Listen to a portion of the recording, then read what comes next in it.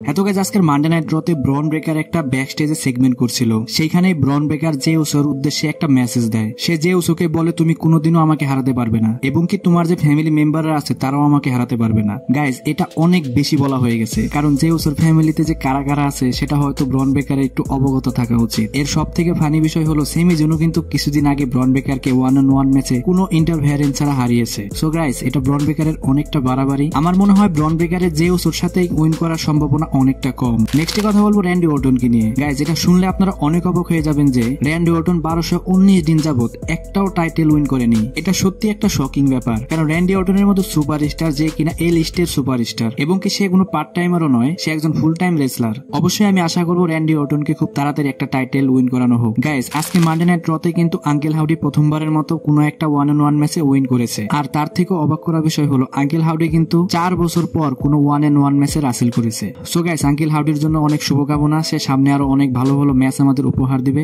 Next কথা বলবো AEW কে নিয়ে। আপনি মানুন এবং না মানুন, AEW কিন্তু বর্তমানে WWE সব থেকে বড় কম্পিটিটর এবং কি রিসেন্টলি তাদের যে অল ইন লন্ডনের যে পেপার ভিউটা হয়েছিল সেখানে কিন্তু WWE এর মতো স্টেজ তারা করে দেখিয়েছে এবং কি সবগুলো এন্ট্রি ছিল টপ লেভেলের। এই পেপার ভিউতে যদি কাউকে তাদের লোগো ইউজ না করে বলা হয় তাহলে সবাই চোখ বন্ধ করে বলে দিবে এটা WWE স্টেজ। আর তার থেকেও বড় বিষয় হলো অল ইন লন্ডন যে পেপার ভিউটা হয়েছিল সেখানে কিন্তু আমাদের সবার প্রিয় ড্যানিয়েল ব্রায়ান AEW এর ওয়ার্ল্ড হেভিওয়েট চ্যাম্পিয়নশিপটা জিতে গেছে এবং সেখানে তাকে কিন্তু অনেক ভালো একটা ট্রিবিউট দেওয়া হয়েছে। সেখানে ড্যানিয়েল ব্রায়ানের পুরো ফ্যামিলি ছিল এবং তার পিছনে কিন্তু সিজারো এবং WWE যে এক্স সুপারস্টার নেভেলও ছিল। সো গাইজ এখন বলাই যায় AEW হচ্ছে WWE এর সেকেন্ড হোম। নেক্সট আরেকটা নিউজ আছে AEW সম্পর্কে। গাইজ WWE এর এক্স সুপারস্টার রিকোশেটও কিন্তু AEW তে জয়েন করেছে। তারও কিন্তু একটা গ্র্যান্ড ডেবিউ হয়েছে AEW তে। এরকম গ্র্যান্ড এন্ট্রি গুলো হয় কিন্তু WWE তে যারা মেইন ইভেন্ট সুপারস্টার আছে তাদের। যাই হোক গাইজ আমি AEW এর বেশি পিকচার এখানে শেয়ার করতে পারছি না, কারণ AEW থেকে কিছু বললেই কিন্তু কপিরাইট স্ট্রাইক চলে আসে।